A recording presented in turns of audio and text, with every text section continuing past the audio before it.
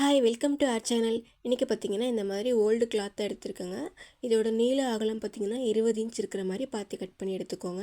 இது வந்து ஒரு ஓல்டு நைட்டி, ஓல்டு யூனிஃபார்ம் அந்த மாதிரி வேஸ்ட்டாக இருக்க துணி தான் நான் கட் பண்ணி எடுத்துருக்கேங்க. நான் காமிக்கிற அளவு இருக்க மாதிரி 20 இன்ச் இருக்கிற மாதிரி பார்த்து கட் பண்ணி எடுத்துக்கலாம். இது ஒரு பழைய டவல் தான் எடுத்திருக்கேன்.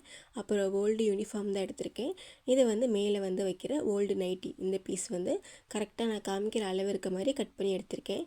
இப்போ இதில் ஒரு 4 இல்லை ஒரு 5 பீஸ் எடுத்துக்கலாம். நல்லா திக்கான துணியாக பார்த்து எடுத்துக்கலாங்க. இது ஒன்றுக்கு மேலே ஒன்று வச்சு அலைன் பண்ணி நான் காமிக்கிற மாதிரி இப்போ இந்த 4 கார்னர்லேயுமே தச்சு எடுத்துடலாங்க.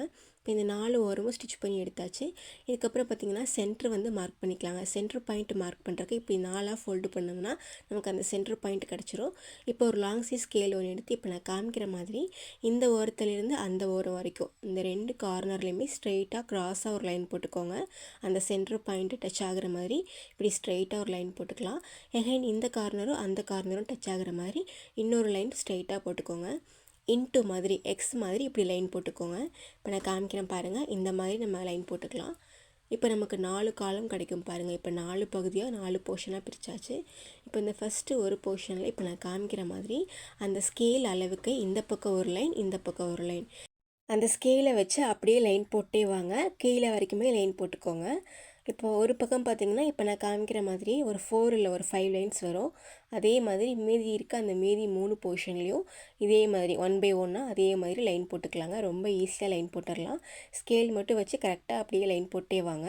வி மாதிரி வி ஷேப்பில் அப்படியே ஜாயின் பண்ணிகிட்டே வரணும். இந்த 2 லைனையுமே ஜாயின் பண்ணிகிட்டே வரணும். இப்போ வந்து பார்த்திங்கன்னா இந்த மாதிரி பூக்கட்டுற நூல் தான் எடுத்திருக்கேன் பாருங்கள். இந்த மாதிரி பூக்கட்டுற நூல் எடுத்துக்கலாங்க. இப்போ நான் காமிக்கிற மாதிரி நம்ம நீடில் இருக்கும் பார்த்திங்களா, அதுக்கு மேலே சைடில் ஒரு ஹோல் இருக்கும். அதில் வந்து ஜஸ்ட் இந்த நூலை வந்து அப்படியே உள்ளே இன்சர்ட் பண்ணிக்கலாம். அதுக்கும் கீழே நம்ம நீடிலுக்கு அடியில் இந்த நூலை அப்படியே உள்ளே விட்டு வெளியே எடுக்கணுங்க. இதை வந்து நம்ம ஊசியில் வந்து கோக்க வேண்டாம். ஜஸ்ட்டு நான் காமிக்கிற மாதிரி அந்த நம்ம ஏற்கனவே ஊசியில் நூல் கோத்துருப்போம் பார்த்திங்களா, அதுக்கு அடியில் இந்த நூலை வந்து அப்படியே நம்ம உள்ளே விட்டு வெளியே அப்படியே எடுத்துடணும். அவ்வளவுதான். அந்த குதிரையை தூக்கி விட்டு இந்த நூலை வெளியே அப்படியே எடுத்து விட்டுறணும். அவ்வளோதான். நம்ம நூலெல்லாம் கோக்க வேண்டாம். இந்த ஊசிக்கு மேலே இப்படி ஒரு சைடில் ஒரு ஹோல் இருக்கும் பார்த்திங்களா, அதில் வந்து நூலை இன்செர்ட் பண்ணிக்கணும். அதுக்கு கீழே நூலை இன்செர்ட் பண்ணிவிட்டு இப்போ நான் காமிக்கிற மாதிரி இந்த குதிரையை தூக்கி விட்டு நூலை அப்படியே அடியில் விட்டு இப்படி வெளியே எடுத்துருங்க. அவ்வளோதான். நான் திரும்பவும் சொல்கிறேன், ரொம்ப ரொம்ப ஈஸிங்க. இப்போ நம்ம ஃபஸ்ட்டு பெரிய லைன் போட்டோம் பார்த்திங்களா, இப்போ அந்த லைனில் நம்ம அப்படியே தைச்சிட்டு வர போகிறோம். இப்போ காமிக்கிற மாதிரி அந்த நூலை வந்து இன்னொரு கையில் இப்படி பிடிச்சிக்கோங்க. கரெக்டாக அந்த லைனில் வச்சுட்டே வாங்க.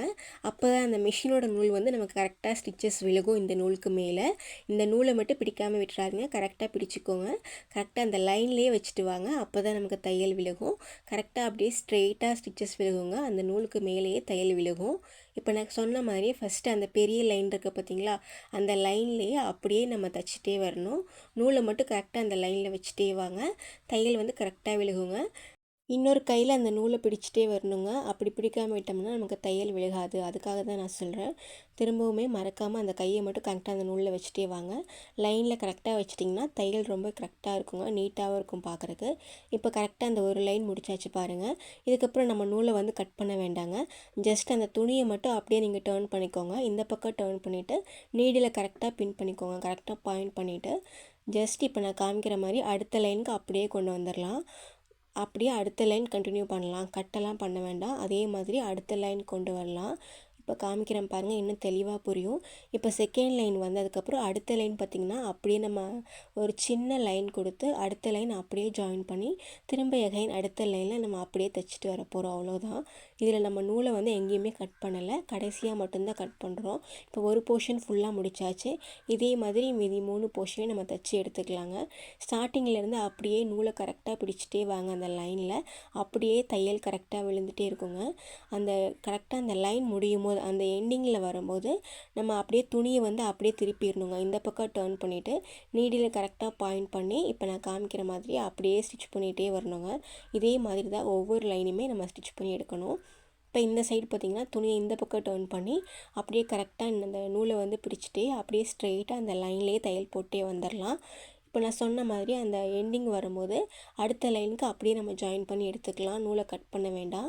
அப்படியே இப்போ பாருங்கள், நான் அடுத்த லைனுக்கு அப்படியே நான் கொண்டு வந்துடுறேன். திரும்ப இப்போ துணியை வந்து திருப்பிட்டு இப்போ அப்படியே நூலை அப்படியே பிடிச்சிட்டே ஸ்ட்ரெயிட்டாக அப்படியே அந்த லைன்லேயே அப்படியே நம்ம தைச்சி எடுத்துக்கலாங்க. இதே மாதிரி தான் ஒவ்வொரு லைனுமே நம்ம ஸ்டிச் பண்ணி எடுக்கணும். இது வந்து எப்பவும் பண்ணுற மேட்டு தான், கொஞ்சம் வித்தியாசமாக நம்ம இதில் நூல் வந்து அட்டாச் பண்ணுறோம், அவ்வளோதாங்க. இது எதுக்குன்னு பார்த்தீங்கன்னா, நம்ம நார்மலாக ஒரு 4, 5 துணியை வந்து அப்படியே 4 ஓரமும் மடிச்சுட்டு திரும்ப எகைன் பார்டரில் வந்து கிளாத் அட்டாச் பண்ணிடுவோம்.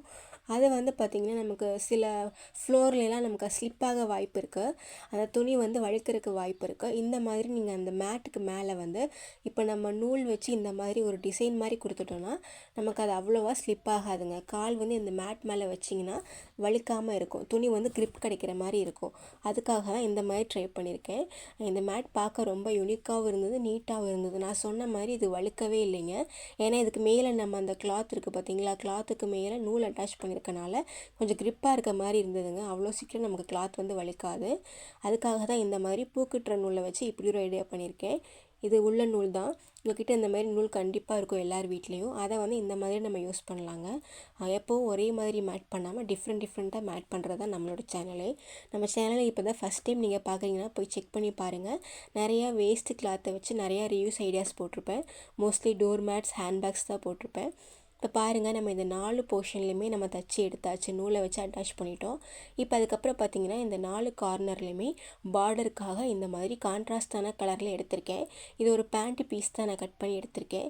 இதோட அகலம் பார்த்திங்கன்னா 6 இன்ச் இருக்கிற மாதிரி பார்த்து எடுத்துக்கோங்க.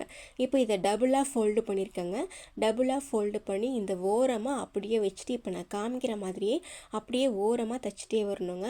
அதே மாதிரி கார்னர் வரும்போது ஒரு 1/4 இன்ச்சுக்கு சும்மா இப்படி ஒரு சின்ன ஃபோல்டு கொடுத்து இந்த பக்கம் திருப்பிக்கோங்க, அவ்வளோதான். இப்போ ஃபோல்டு பண்ண மாதிரி மீதி 2 கார்னர் வரும்போது ஒரு 1/4 இன்ச்சுக்கு ஃபோல்டு பண்ணி அப்படியே ஓரமாக அப்படியே தைச்சி திருப்பிடணுங்க, அவ்வளோதான்.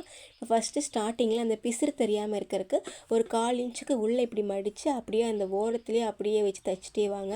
அடியில் இருக்கிற அந்த கிளாத்லேயும் தையல் விழுகணுங்க. கரெக்டாக இந்த 2 பீஸையுமே ஈவனாக வச்சுட்டு அப்படியே ஓரமாக தைச்சிக்கிட்டே வாங்க.